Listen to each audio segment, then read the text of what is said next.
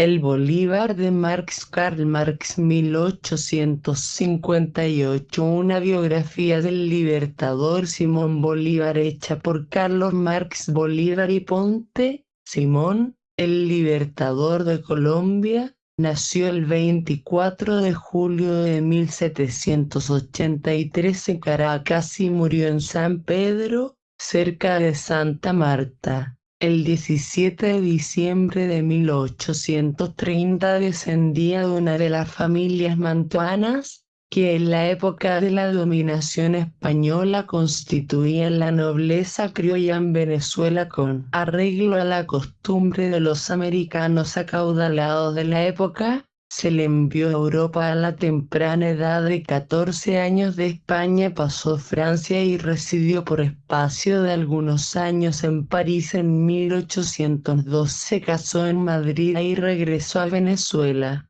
donde su esposa falleció repentinamente de fiebre amarilla. Luego de este suceso se trasladó por segunda vez a Europa y asistió en 1804 a la coronación de Napoleón como emperador, hallándose presente, asimismo, cuando Bonaparte se ciñó la corona de hierro de Lombardía. En 1809 volvió a su patria y, pese a las instancias de su primo José Félix Rivas, rehusó adherirse a la revolución que estalló en Caracas el 19 de abril de 1810, pero, con posterioridad a ese acontecimiento, aceptó la misión de ir a Londres para comprar armas y gestionar la protección del gobierno británico. El marqués de Wellesley, a la sazón ministro de Relaciones Exteriores, en apariencia le dio buena acogida, pero Bolívar no obtuvo más que la autorización de exportar armas, abonándolas al contado y pagando fuertes derechos. A su regreso de Londres se retiró a la vida privada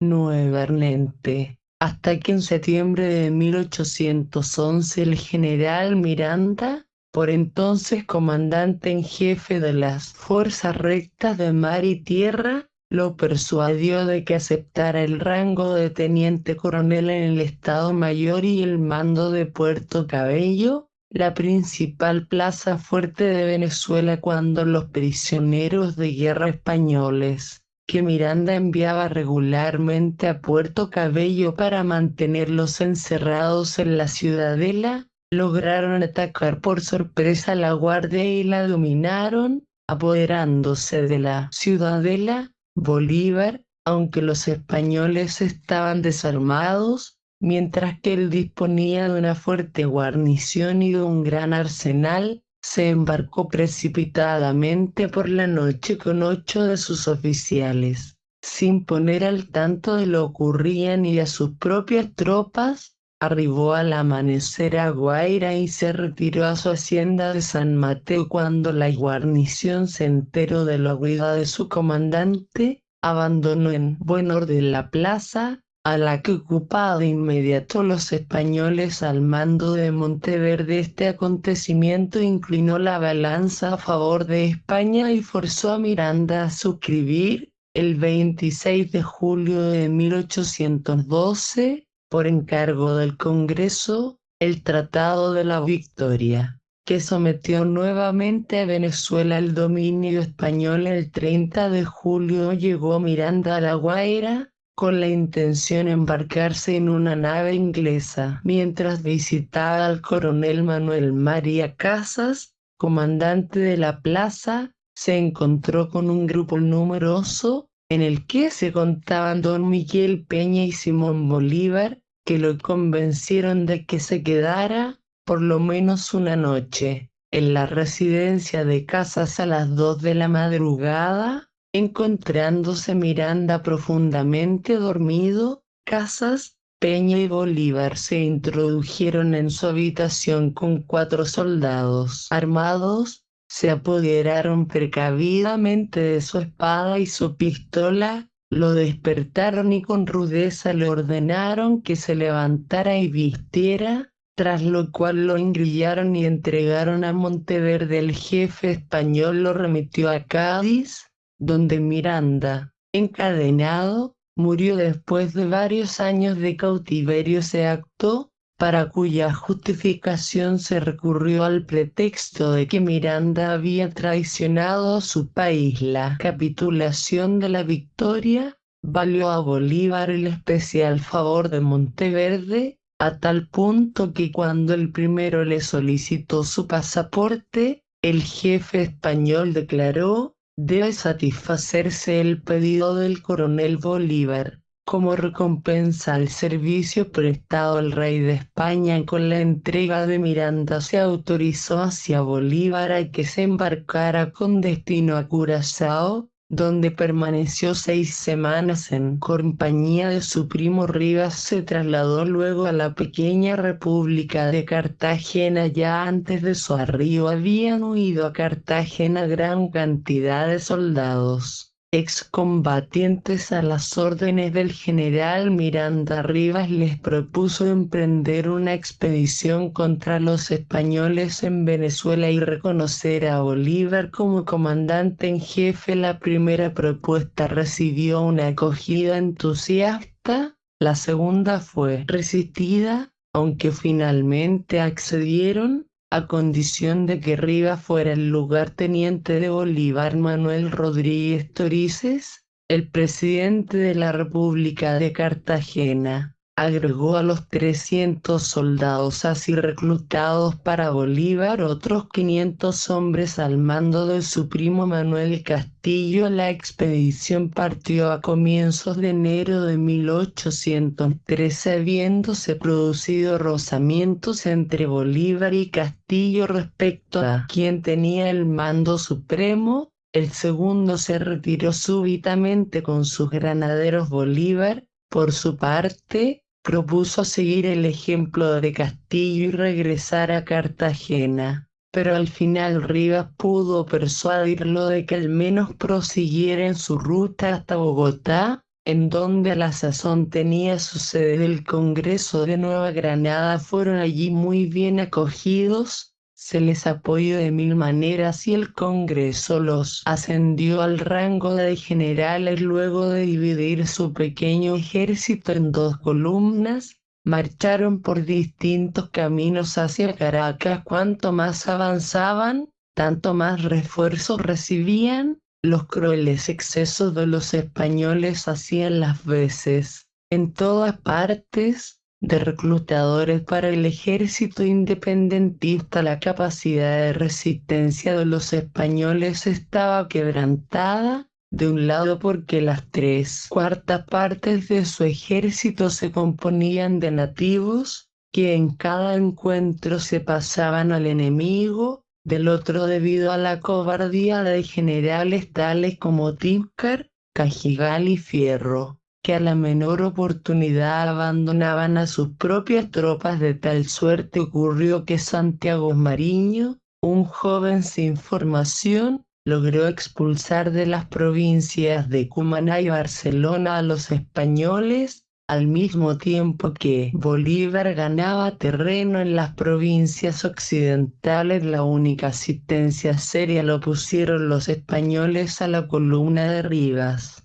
quien no obstante derrotó al general Monteverde en los Taguanes y lo obligó a encerrarse en Puerto Cabello el resto de sus tropas. Cuando el gobernador de Caracas, general Fierro, tuvo noticias de que se acercaba Bolívar, le envió parlamentarios para ofrecerle una capitulación, la que se firmó en la Victoria, pero Fierro, invadido por un pánico repentino y sin aguardar el regreso de sus propios emisarios, huyó secretamente por la noche y dejó a más de 1500 españoles librados a la merced del enemigo. A Bolívar se le tributó entonces una entrada apoteótica de pie, en un carro de triunfo, al que arrastraban 12 damiselas vestidas de blanco y ataviadas con los colores nacionales, elegidas todas ellas entre las mejores familias caraqueñas.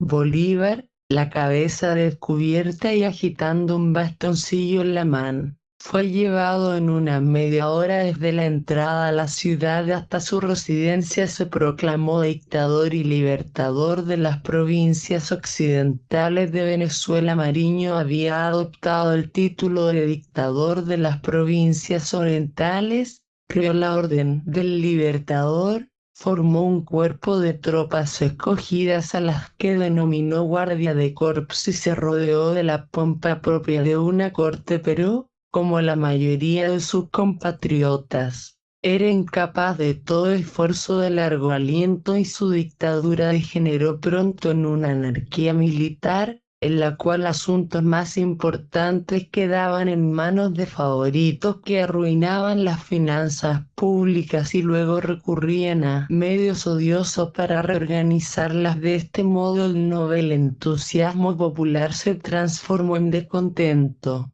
y las dispersas fuerzas del enemigo dispusieron de tiempo para rehacerse, mientras que a comienzos de agosto de 1813 Monteverde estaba encerrado en la fortaleza de Puerto Cabello y al ejército español solo le quedaba una angosta faja de tierra en el noroeste de Venezuela. Apenas 3 meses después el Libertador había perdido su prestigio y Caracas se hallaba amenazada por la súbita aparición en sus cercanías de los españoles victoriosos al mando de Gómez. Para fortalecer su poder tambaleante, Bolívar reunió, el 1 de enero de 1814, una junta constituida por los vecinos caraqueños más influyentes y les manifestó que no deseaba soportar más tiempo el fardo de la dictadura. Hurtado de Mendoza, por su parte,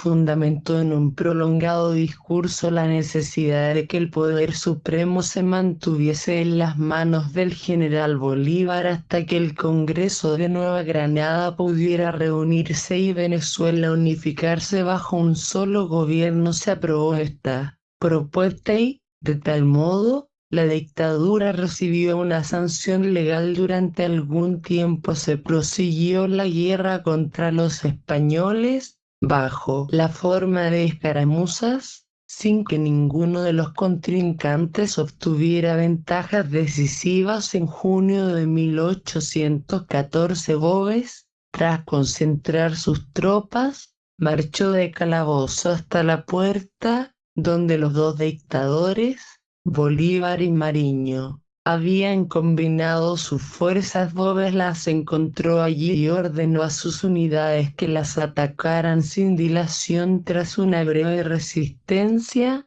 Bolívar huyó a Caracas, mientras que Mariño se escabullía hacia Cumaná. Puerto Cabello y Valencia cayeron en las manos de Gómez, que destacó dos columnas, una de ellas al mando del coronel González, rumbo a Caracas. Por distintas rutas Rivas intentó en vano contener el avance de González. Luego de la rendición de Caracas a este jefe, Bolívar evacuó a La Guaira, ordenó a los barcos surtos en el puerto que zarparan para Cumaná y se retiró con el resto de sus tropas hacia Barcelona. Tras la derrota que Gómez infligió a los insurrectos en Arguita, el 8 de agosto de 1814, Bolívar abandonó furtivamente a sus tropas esa misma noche, para dirigirse apresuradamente y por atajos hacia Cumaná, donde pese a las airadas protestas de Rivas se embarcó de inmediato en el Bianchi, junto con Mariño y otros oficiales. Y Rivas,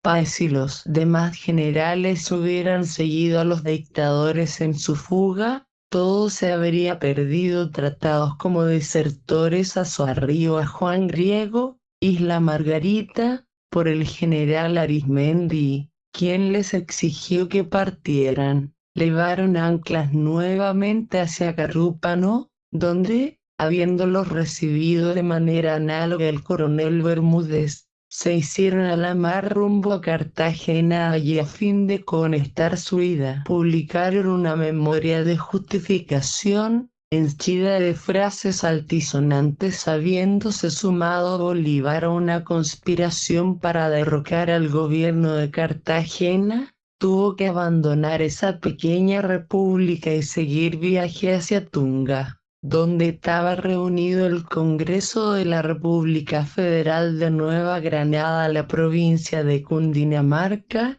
En ese entonces estaba a la cabeza de las provincias independientes que se negaban a suscribir el Acuerdo Federal Neogranadino, mientras que Quito, Pasto, Santa Marta y otras provincias todavía se hallaban en manos de los españoles. Bolívar, que llegó el 22 de noviembre de 1814 a Tunga, designado por el Congreso comandante en jefe de las Fuerzas Armadas Federales, y recibió la doble misión de obligar al presidente de la provincia de Cundinamarca a reconocer a la autoridad del Congreso y de marchar luego sobre Santa Marta, el único puerto de mar fortificado granadino aún en manos de los españoles. No presentó dificultades el cumplimiento del primer cometido, puesto que Bogotá, la capital de la provincia desafecta,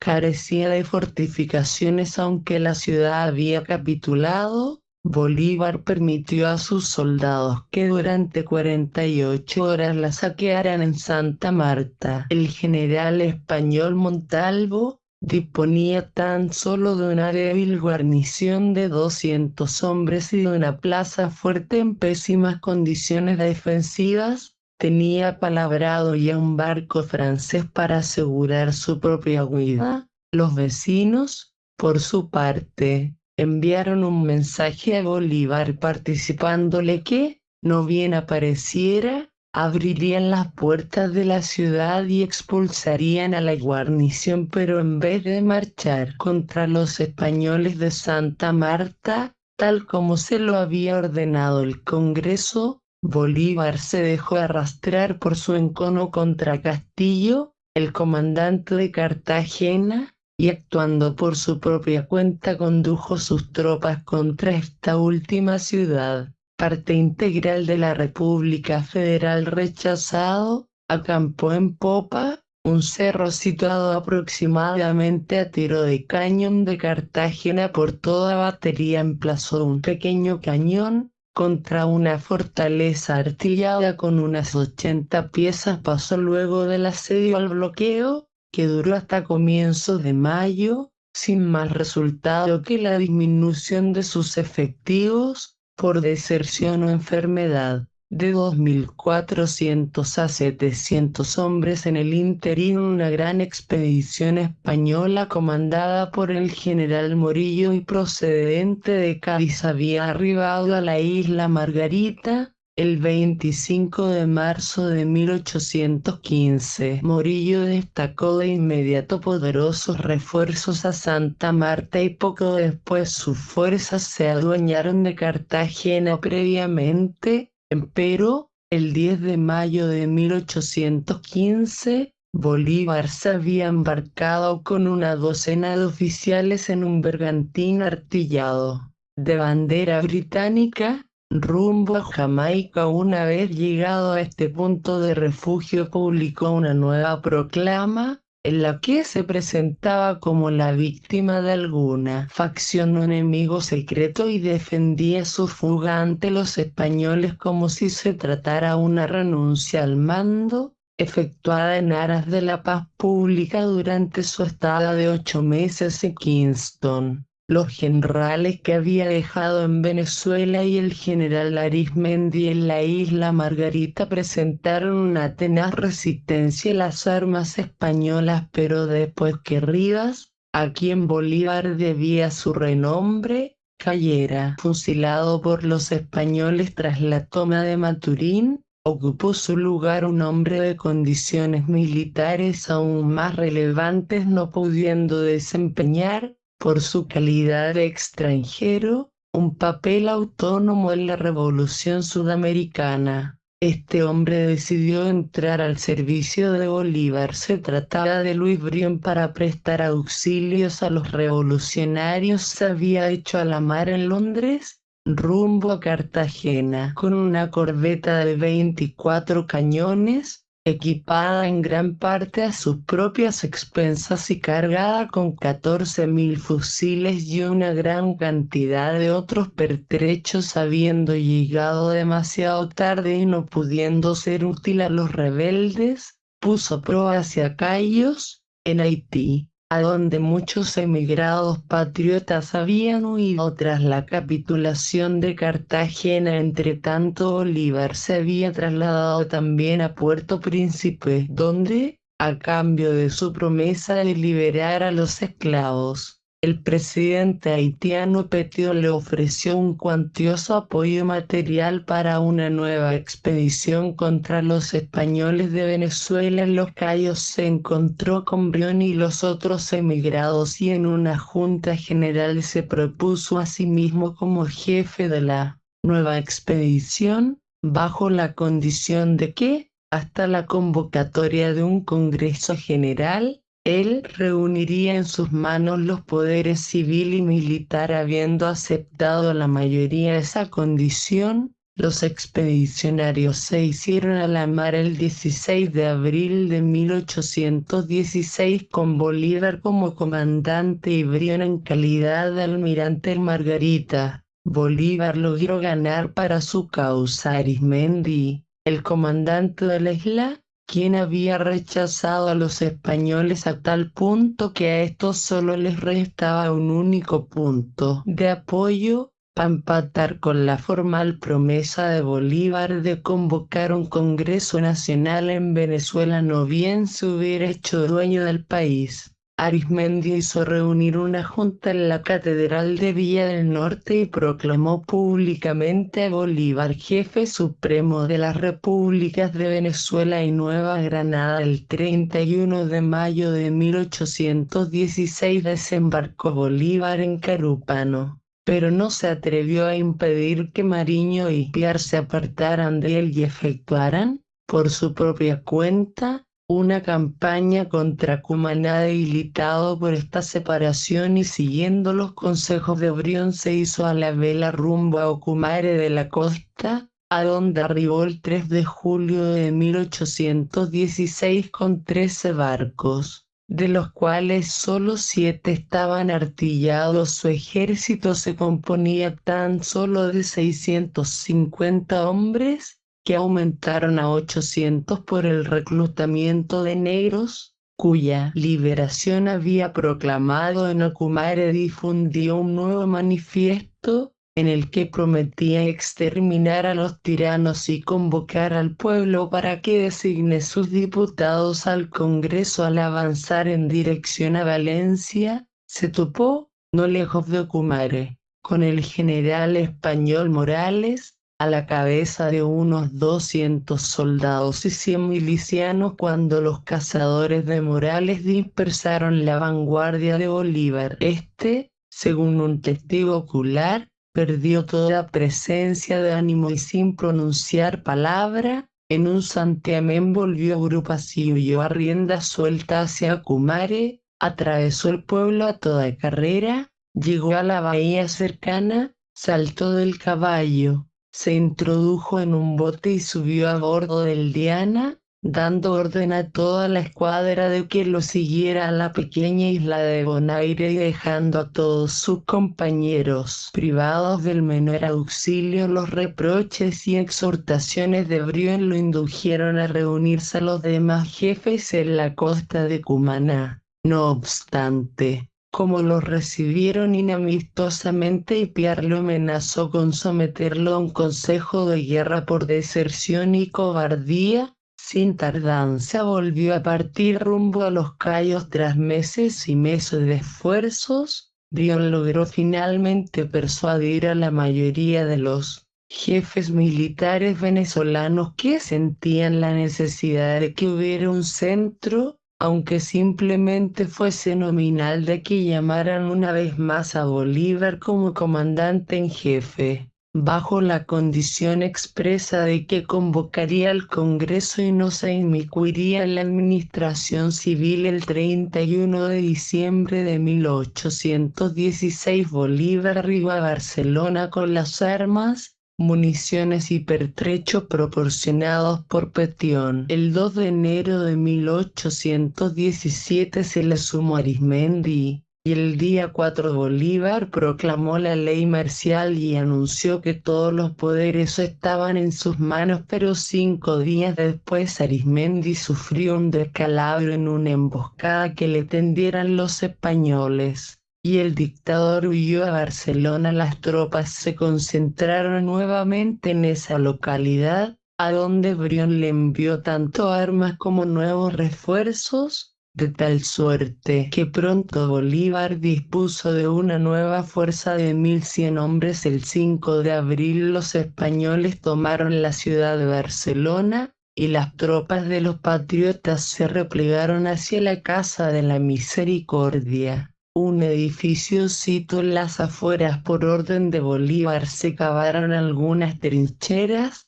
pero de manera inapropiada para defender contra un ataque serio una guarnición de 1.000 hombres. Bolívar abandonó la posición en la noche del 5 de abril, tras comunicar al coronel Freites, en quien delegó el mando, que buscaría tropas de refresco y volvería a la brevedad. Freites rechazó un ofrecimiento de capitulación, confiado en la promesa, y después del asalto fue degollado por los españoles, al igual que toda la guarnición. Piar, un hombre de color, originario de Curazao, concibió y puso en práctica la conquista de la Guayana, a cuyo efecto el almirante Brión lo apoyó con sus cañoneras. El 20 de julio, ya liberado de los españoles todo el territorio, Piar, Brión, Sea, Mariño, Arizmendi y otros convocaron en Angostura un congreso de las provincias y pusieron al frente del ejecutivo un triunvirato: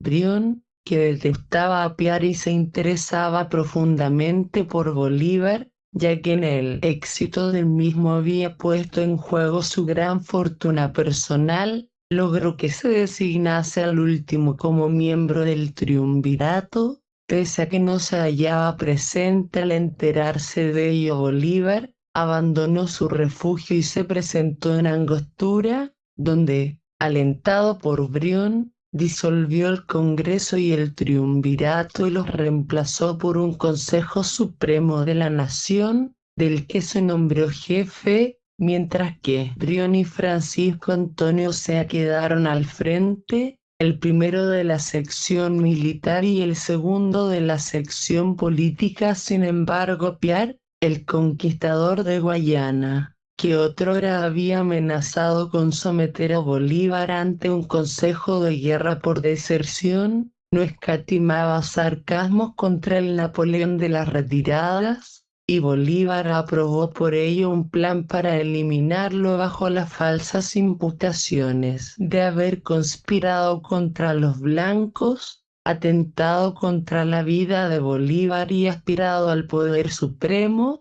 Piar fue llevado ante un consejo de guerra presidido por Brión y condenado a muerte. Se le fusiló el 16 de octubre de 1817. Su muerte llenó a Mariño de pavor. Plenamente consciente de su propia insignificancia al hallarse privado del concurso de Piar, Mariño, en una carta abyectísima, calumnió públicamente a su amigo victimado, se dolió de su propia rivalidad con el Libertador y apeló a la inagotable magnanimidad de Bolívar. La conquista de la Guayana por Piar había dado un vuelco total a la situación en favor de los patriotas, pues esta provincia sola les proporcionaba más recursos que las otras 7 provincias venezolanas juntas. De ahí que todo el mundo confiara en que la nueva campaña anunciada por Bolívar en una flamante proclama conduciría a la expulsión definitiva de los españoles. Ese primer boletín, según el cual unas pequeñas partidas españolas que forrajeaban al retirarse de Calabozo eran ejércitos que huían ante nuestras tropas victoriosas, no tenía por objetivo disipar tales esperanzas para hacer frente a 4.000 españoles que Morillo aún no había podido concentrar, disponía Bolívar de más de 9.000 hombres, bien armados y equipados, abundantemente provistos con todo lo necesario para la guerra. No obstante, a fines de mayo de 1818 Bolívar había perdido unas 12 batallas y todas las provincias situadas al norte del Orinoco, como dispersaba sus fuerzas, numéricamente superiores, estas siempre eran batidas por separado. Bolívar dejó la dirección de la guerra en manos de Páez y sus demás subordinados y se retiró a Angostura. Una defección seguía la otra, y todo parecía encaminarse a un descalabro total en ese momento extremadamente crítico. Una conjunción de sucesos afortunados modificó nuevamente el curso de las cosas en Angostura. Bolívar encontró a Santander, natural de Nueva Granada, quien le solicitó elementos para una invasión a ese territorio, ya que la población local estaba pronta para alzarse en masa contra los españoles. Bolívar satisfizo hasta cierto punto esa petición. En el ínterin, llegó de Inglaterra una fuerte ayuda bajo la forma de hombres, buques y municiones, y oficiales ingleses, franceses, alemanes y polacos afluyeron de todas partes a Angostura. Finalmente, el doctor Juan Germán Rocio, consternado por la estrella declinante de la Revolución Sudamericana,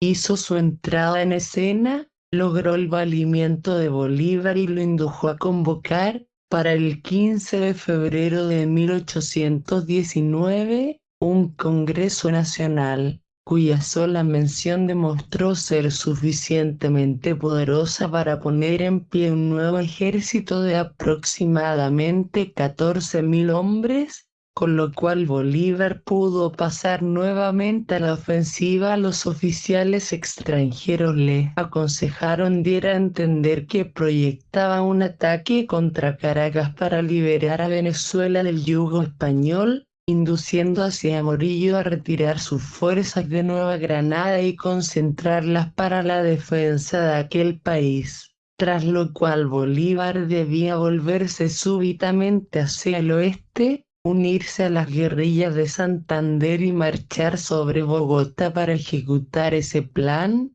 Bolívar salió el 24 de febrero de 1819 de Angostura, después de designar a sea presidente del Congreso y vicepresidente de la República durante su ausencia. Gracias a las maniobras de Páez, los revolucionarios batieron a Morillo y La Torre en Achaguas, y los habrían aniquilado completamente si Bolívar hubiese sumado sus tropas a las de Páez y Mariño. De todos modos, las victorias de Páez dieron por resultado la ocupación de la provincia de Barinas, quedando expedita así la ruta hacia Nueva Granada. Como aquí todo estaba preparado por Santander, las tropas extranjeras, compuestas fundamentalmente por ingleses, decidieron el destino de Nueva Granada a merced a las victorias sucesivas alcanzadas el 1 y 23 de julio y el 7 de agosto en la provincia de Tunga. El 12 de agosto Bolívar entró triunfalmente a Bogotá, mientras que los españoles, contra los cuales se habían sublevado todas las provincias de Nueva Granada, se atrincheraban en la ciudad fortificada de Monpós. Luego de dejar en funciones al Congreso granadino y al general Santander como comandante en jefe, Bolívar marchó hacia Pamplona, donde pasó más de 2 meses en festejos y saraos. El 3 de noviembre llegó a Mantecal, Venezuela, punto que había fijado a los jefes patriotas para que se le reunieran con sus tropas con un tesoro de unos $2 millones, obtenidos de los habitantes de Nueva Granada mediante contribuciones forzosas, y disponiendo de una fuerza de aproximadamente 9.000 hombres, un tercio de los cuales eran ingleses, irlandeses, hannoverianos y otros extranjeros bien disciplinados,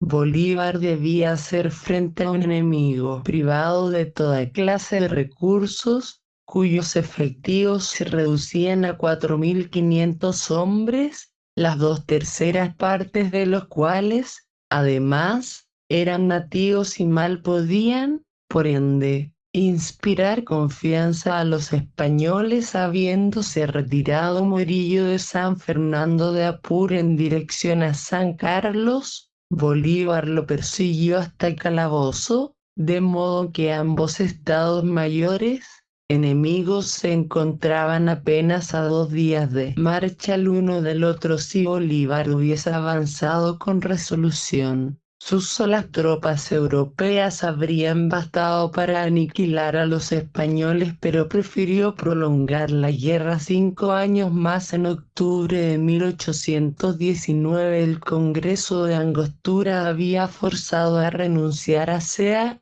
designado por Bolívar, y elegido en su lugar a Arismendi. No bien recibió esta noticia, Bolívar marchó con su legión extranjera sobre Angostura, tomó desprevenido a Arismendi, cuya fuerza se reducía a 600 nativos, lo deportó a la isla Margarita e invirtió nuevamente a Sea en su cargo y dignidades. El doctor Rocio, que había fascinado a Bolívar con las perspectivas de un poder central, lo persuadió de que proclamara a Nueva Granada y Venezuela como República de Colombia, promulgase una constitución para el nuevo estado, redactada por Rocio, y permitiera la instalación de un Congreso común para ambos países. El 20 de enero de 1820 Bolívar se encontraba de regreso en San Fernando de Apure. El súbito retiro de su legión extranjera, más temida por los españoles que un número 10 veces mayor de colombianos, brindó a Morillo una nueva oportunidad de concentrar refuerzos. Por otra parte, la noticia de que una poderosa expedición a las órdenes de O'Donnell estaba a punto de partir de la península levantó los decaídos ánimos del partido español, a pesar de que disponía de fuerzas holgadamente superiores. Bolívar se las arregló para no conseguir nada durante la campaña de 1820. Entretanto, llegó de Europa la noticia de que la revolución en la isla de León había puesto violento fin a la programada expedición de O'Donnell en Nueva Granada. 15 de las 22 provincias se habían adherido al gobierno de Colombia, y a los españoles solo les restaban la fortaleza de Cartagena y el istmo de Panamá en Venezuela. 6 de las 8 provincias se sometieron a las leyes colombianas. Tal era el estado de cosas cuando Bolívar se dejó seducir por Morillo y entró con él en tratativas que tuvieron por resultado, el 25 de noviembre de 1820, la concertación del Convenio de Trujillo, por el que se establecía una tregua de 6 meses. En el acuerdo de armisticio no figuraba una sola mención siquiera a la República de Colombia, pese a que el Congreso había prohibido, a texto expreso, la conclusión de ningún acuerdo con el jefe español si éste no reconocía previamente la independencia de la República. El 17 de diciembre, Morillo, ansioso de desempeñar un papel en España,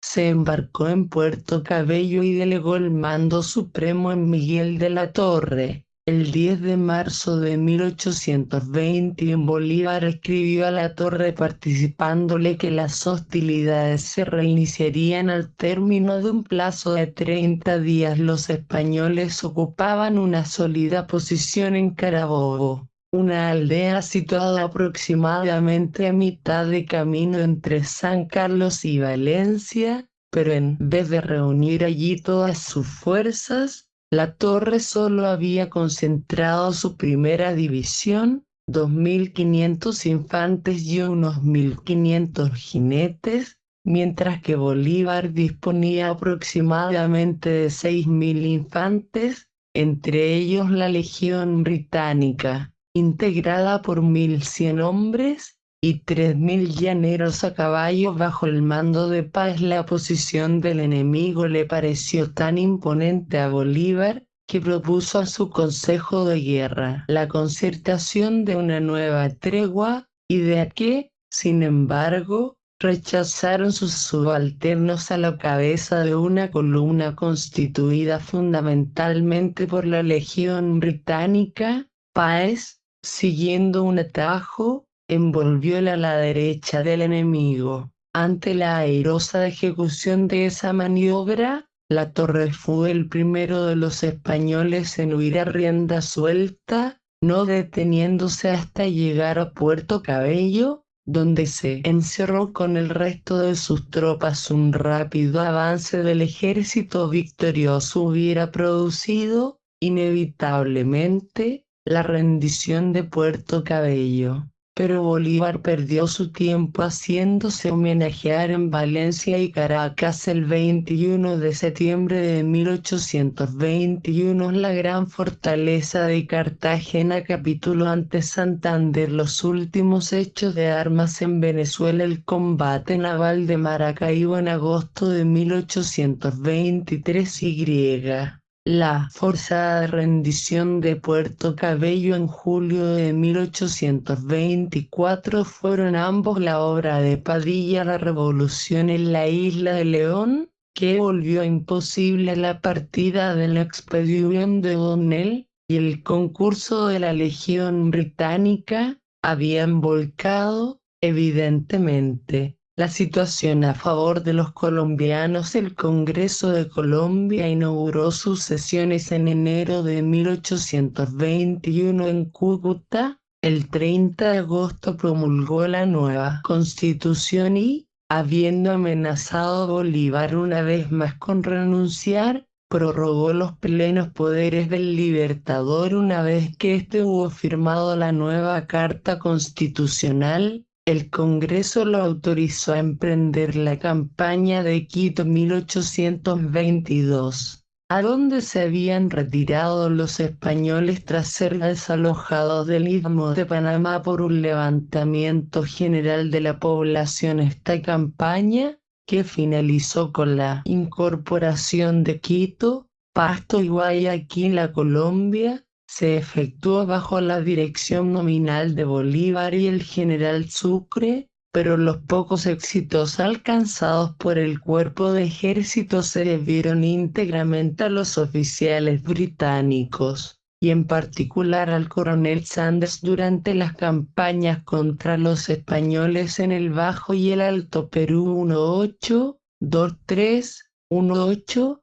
2-4. Bolívar ya no consideró necesario representar el papel de comandante en jefe, sino que delegó en el general Sucre la conducción de la cosa militar y restringió sus actividades a las entradas triunfales, los manifiestos y la proclamación de constituciones. Mediante su guardia de corps colombiana manipuló las decisiones del Congreso de Lima, que el 10 de febrero de 1823 le encomendó la dictadura. Gracias a un nuevo simulacro de renuncia, Bolívar se aseguró la reelección como presidente de Colombia. Mientras tanto, su posición se había fortalecido, en parte con el reconocimiento oficial del nuevo Estado por Inglaterra, en parte por la conquista de las provincias altoperuanas por Sucre, quien unificó a las últimas en una república independiente, la de Bolivia. En este país,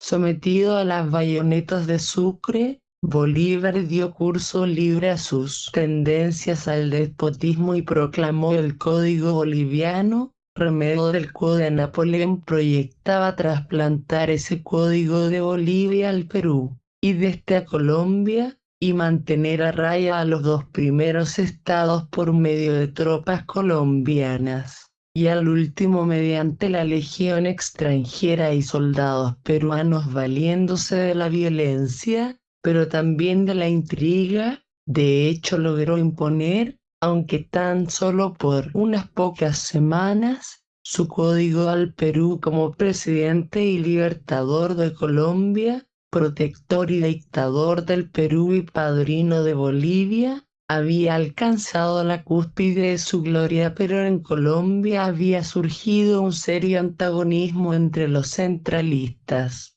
o bolivistas y los federalistas, denominación esta última bajo la cual los enemigos de la anarquía militar se habían asociado a los rivales militares de Bolívar cuando el Congreso de Colombia, a instancias de Bolívar, formuló una acusación contra Páez, vicepresidente de Venezuela. El último respondió con una revuelta abierta, la que contaba secretamente con el apoyo y aliento del propio Bolívar. Este, en efecto, necesitaba sublevaciones como pretexto para abolir la Constitución y reimplantar la dictadura a su regreso del Perú. Bolívar trajo, además de su guardia de corps, 1.800 soldados peruanos, presuntamente para combatir a los federalistas alzados, pero al encontrarse con Páez en Puerto Cabello no solo lo confirmó como máxima autoridad en Venezuela, no solo proclamó la amnistía para los rebeldes, sino que tomó partido abiertamente por ellos y vituperó a los defensores de la Constitución. El decreto del 23 de noviembre de 1826, promulgado en Bogotá, le concedió poderes dictatoriales en el año 1826. Cuando su poder comenzaba a declinar, logró reunir un congreso en Panamá, con el objeto aparente de aprobar un nuevo código democrático internacional. Llegaron plenipotenciarios de Colombia, Brasil, La Plata, Bolivia, México, Guatemala, etc. La intención real de Bolívar era unificar a toda América del Sur en una república federal, cuyo dictador quería ser el mismo, mientras daba así amplio vuelo a sus sueños de ligar medio mundo a su nombre. El poder efectivo se le escurría rápidamente de las manos. Las tropas colombianas destacadas en el Perú,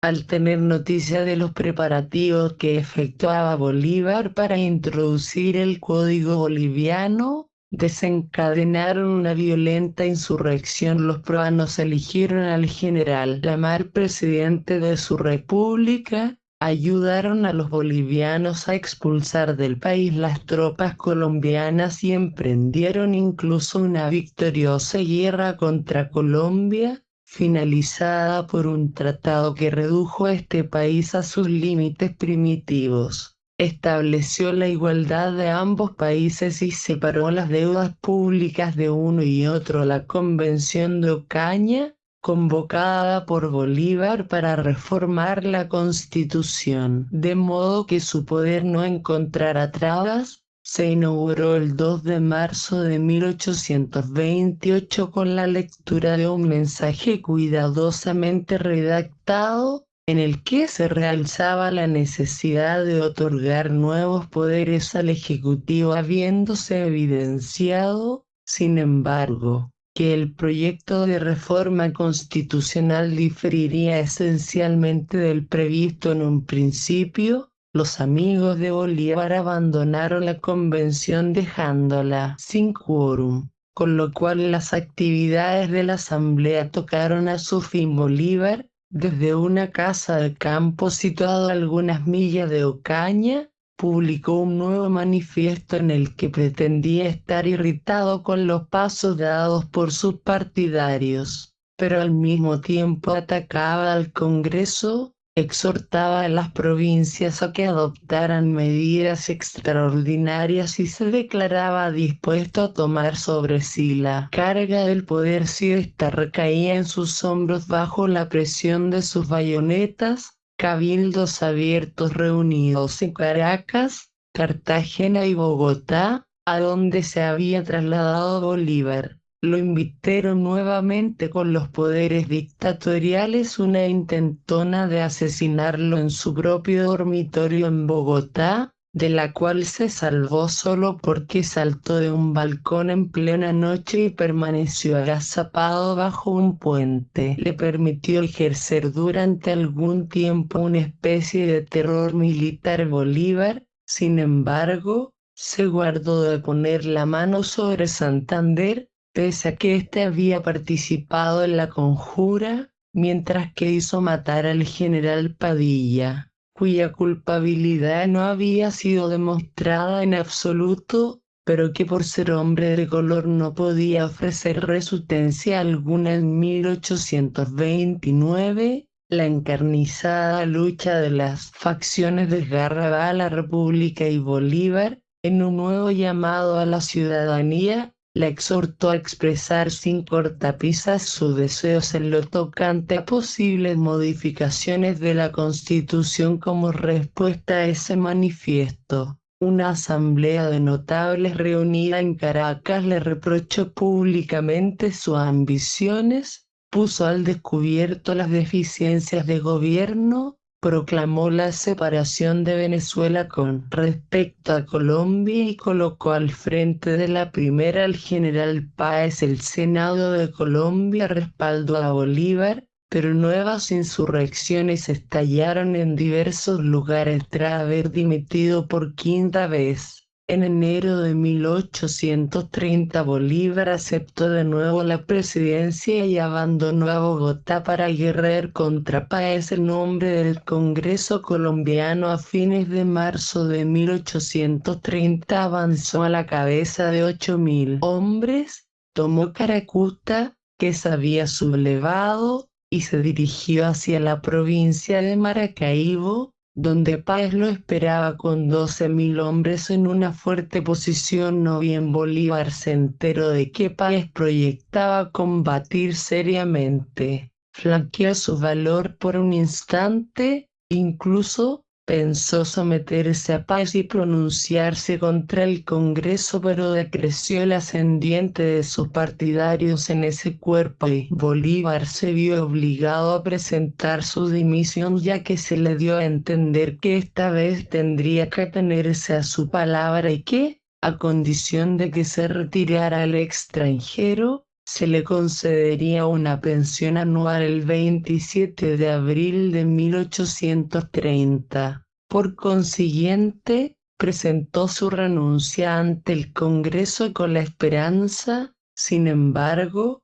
de recuperar el poder gracias a la influencia de sus adeptos, y debido a que se había iniciado un movimiento de reacción contra Joaquín Mosquera, el nuevo presidente de Colombia. Bolívar fue postergando su partida de Bogotá y se las ingenió para prolongar su estada en San Pedro hasta fines de 1830, momento en que falleció repentinamente. Cudra y Holstein nos ha dejado de Bolívar el siguiente retrato. Simón Bolívar mide 5 pies y 4 pulgadas de estatura. Su rostro es enjuto, de mejilla hundidas, y su tez parduzca y lívida. Los ojos, ni grandes ni pequeños, se hunden profundamente en las órbitas. Su cabello es ralo, el bigote le da un aspecto sombrío y feroz. Particularmente cuando se irrita, todo su cuerpo es flaco y descarnado. Su aspecto es el de un hombre de 65 años. Al caminar agita incesantemente los brazos, no puede andar mucho a pie y se fatiga pronto. Le agrada tenderse o sentarse en la hamaca. Tiene frecuentes y súbitos arrebatos de ira,